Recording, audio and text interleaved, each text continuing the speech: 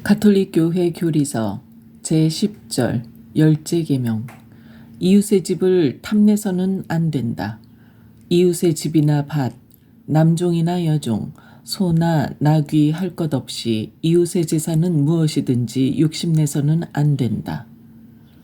너의 보물이 있는 곳에 너의 마음도 있다. 2534. 열째 계명은 육체의 욕망에 관한 아홉째 계명을 해설하며 이를 보충한다. 이 계명은 일곱째 계명이 금하는 도둑질과 약탈과 사기의 근원인 타인의 재물에 대한 탐욕을 금한다. 눈의 욕망은 다섯째 계명으로 금지된 폭력과 불의로 이끈다. 탐욕의 기원은 간음과 같이 율법의 처음 세 계명에서 금하고 있는 우상 숭배에 있다. 열째 계명은 마음속 의향과 관련되어 있다. 이 계명은 아홉째 계명과 더불어 율법의 모든 계명을 요약한다. 1. 탐욕의 무질서. 35. 감각적인 욕구 때문에 우리는 우리가 갖지 못한 것을 원하게 된다. 이처럼 인간은 배고플 때 먹기를 원하고 추울 때 몸을 따뜻하게 하기를 원하는 것이다. 이러한 욕망들 자체는 선한 것이다. 그러나 흔히 이러한 욕망들은 우리에게 합리적인 한도를 넘어서면서 우리의 것이 아니고 타인의 것이거나 마땅히 타인에게 주어야 할 것을 부당하게 탐내도록 한다. 36. 열째 계명은 탐욕과 세상의 재물에 대한 지나친 소유욕을 금한다. 이 계명은 부와 그 힘에 대한 지나친 집착에서 발생하는 무절제한 욕망을 금한다. 또 이 계명은 이웃의 현세적 재물에 해를 끼치는 부정한 행위를 저지르고자 하는 욕망도 금한다. 탐내서는 안 된다는 계명은 바꾸어 말하자면 우리의 것이 아닌 모든 것에 대한 욕망을 버리라는 말과 같은 것이다. 타인의 소유물에 대한 욕심은 광대하고 무한하며 또 돈을 사랑하는 자는 돈으로 만족하지 못한다는 성경 말씀과 같이 결코 채워지지 못할 것이기 때문이다. 37. 이웃이 소유하고 있는 물건을 정당한 방법으로 손에 넣기를 바라는 것은 열째 계명을 어기는 것이 아니다. 교리를 가르치면서 교회는 전통적으로 자신들의 죄가 되는 탐욕과 가장 많이 싸워야 할 사람들, 곧 이 계명을 지키도록 더욱 권고받아야 할 사람들을 구체적으로 다음과 같이 지적한다. 그들은 물품의 품귀나 가격 상승을 바라는 상인들, 자기들 이외에 같은 물품을 팔고 있는 상인들이 있어서 자기네들 마음대로 파는 물건의 값을 올리고 사는 물건의 값을 내리고 할 수 없을 것을 배아프게 생각하는 사람들. 자기네들이 파는 물건을 더 비싸게 팔고 사는 물건을 더 싸게 사서 이익을 남기기 위해 자기들의 동료들이 곤경에 빠지게 되기를 바라는 사람들. 병자가 발생하기를 바라는 의사들. 중요하고 수많은 송사들이 일어나기를 바라는 법조인들 등이다. 38.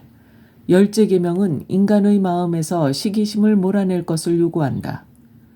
예언자 나탄이 다윗 임금의 회개를 촉구하고자 했을 때 마치 자식과도 같은 양 한 마리밖에 없는 가난한 사람과 가축을 많이 가지고 있었음에도 가난한 사람을 시기하여 마침내 가난한 사람의 양을 빼앗은 부자의 이야기를 들려준다.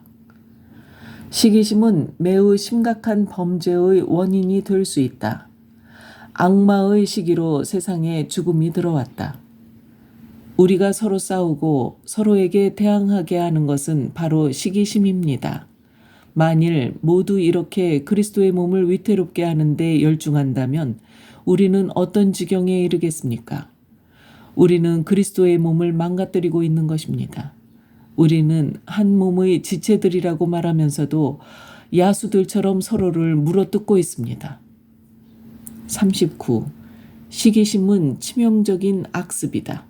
시기심에 빠진 사람은 타인의 재산을 볼 때 침울한 마음을 갖고 그 재산을 옳지 않은 방법으로라도 자기의 것으로 만들고자 하는 무절제한 욕망을 갖는 사람이다. 이웃에게 크나큰 재앙이 닥치기를 바라는 시기심은 죽을 죄가 된다. 아우구스티노 성인은 시기심을 마귀의 죄로 이해했다. 시기심에서는 증오와 비방과 모함과 이웃의 불행으로 인한 기쁨과 이웃의 성공으로 인한 불쾌감이 생겨납니다. 40. 시기심은 우울의 한 형태로서 사랑의 거부를 나타낸다. 세례받은 사람은 자비심으로 시기심과 싸워야 한다. 시기심은 흔히 교만에서 나온다. 세례받은 사람은 겸손하게 사는 훈련을 쌓아야 할 것이다. 여러분은 여러분을 통해서 하느님의 영광이 드러나기를 원하십니까? 그렇다면 여러분 형제의 향상을 기뻐하십시오. 그러면 그 결과로 여러분을 통해서 하느님의 영광이 드러날 것입니다. 당신의 종이 다른 사람들의 공적을 기뻐함으로써 시기심을 이길 수 있었으니 하느님은 찬미를 받으실 것입니다. 2. 성령의 소망. 41. 법과 은총의 섭리로 인간의 마음은 탐욕과 시기심에서 해방된다. 곧 법과 은총은 인간의 마음 안에 최고 선에 대한 갈망을 일으켜주고 인간의 마음을 채워주는 성령의 소망에 귀 기울이게 한다. 약속의 하느님께서는 태초부터 먹음직하고 소담스러워 보일 뿐만 아니라 슬기롭게 해줄 것처럼 보이는 유혹에 대하여 인간에게 주의하라고 경고하셨다. 42. 이스라엘에 맡겨진 율법은 그것을 따르는 사람들을 의롭게 하기에 결코 충분하지 못하였다. 심지어 율법은 탐욕을 조장하기까지 하였다. 원의와 행동 사이의 부조화는 이성의 법인 하느님의 법과 내 지체 안에 있는 죄의 법에 사로잡히게 하는 다른 법 사이의 갈등을 가리킨다. 43. 이제는 율법과 상관없이 하느님의 의로움이 나타났습니다. 이는 율법과 예언자들이 증언하는 것입니다. 예수 그리스도에 대한 믿음을 통하여 오는 하느님의 의로움은 믿는 모든 이를 위한 것입니다. 거기에는 아무 차별도 없습니다. 그러므로 그리스도인은 자기 육을 그 욕정과 욕망과 함께 십자가에 못 박았습니다. 그들은 성령의 인도를 받으며 성령의 소망을 따른다. 3. 마음의 가난. 44. 예수님께서는 당신 제자들에게 모든 것과 모든 사람에 앞서서 당신을 더 사랑하라고 명하시고 당신과 복음을 위하여 그들의 소유물을 모두 버리도록 권고하신다. 예수님께서는 당신의 순환 바로 전에 궁핍한 가운데서도 살아가기 위해 지녔던 것을 모두 바친 예루살렘의 가난한 과부를 본보기로 드셨다. 하늘나라에 들어가려면 재물에 대해서 초연하라는 계명을 꼭 지켜야 한다. 45. 모든 그리스도교 신자들은 자기 마음을 바로 다스리도록 정신을 차려야 하며 복음적 청빈 정신에 어긋나는 현세 사물의 사용이나 재산에 대한 집착으로 완전한 사랑의 추구를 가로막지 않게 하여야 한다. 46. 행복하여라 마음이 가난한 사람들. 행복선언은 행복과 은총, 아름다움과 평화를 차례차례 알려준다. 예수님께서는 이미 하늘나라를 소유한 가난한 사람들의 기쁨을 찬양하신다. 말씀께서는 인간 마음의 자발적인 겸손과 포기를 마음의 가난이라고 부르십니다.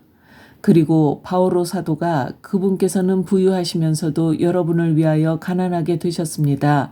라고 말할 때 하느님의 가난을 우리에게 본보기로 제시하시는 것입니다. 47. 부자들은 풍부한 재산에서 위안을 얻기 때문에 주님께서는 그들을 두고 탄식하신다. 교만한 사람들은 지상의 나라를 찾습니다. 그러나 마음이 가난한 사람들은 하늘나라가 그들의 것이므로 행복합니다.